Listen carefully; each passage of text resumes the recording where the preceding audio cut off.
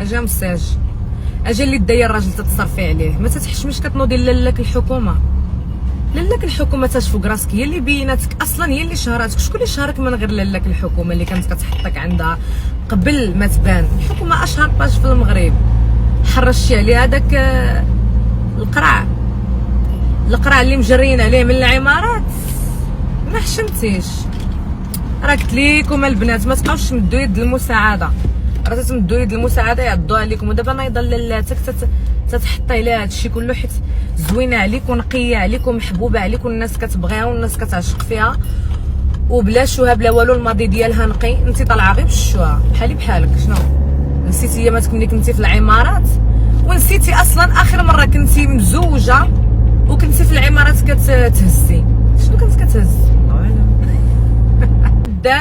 نتحداك قدام هاد المغاربه، قطعي المصروف على القرع وتشوفي الا ما سمحش فيه، يلا قطعي عليه المصروف. هو معاك حيت كتصرفي عليه. راه الناس خصها تعرف ان انت البوكيمون الشفار اللي صفروه من العمارات بتهمه السرقه، كان كيسرق في الامارات وصفروه من الامارات.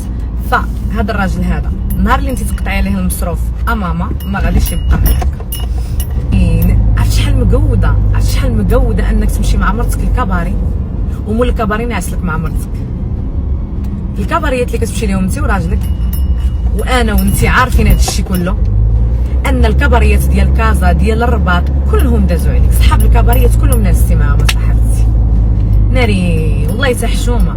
وكتمشي نتويا بوجهكم حمر تجلسي في كباري وانت مول الشي ناعس معاك وانت مجلسه حداك الراجل.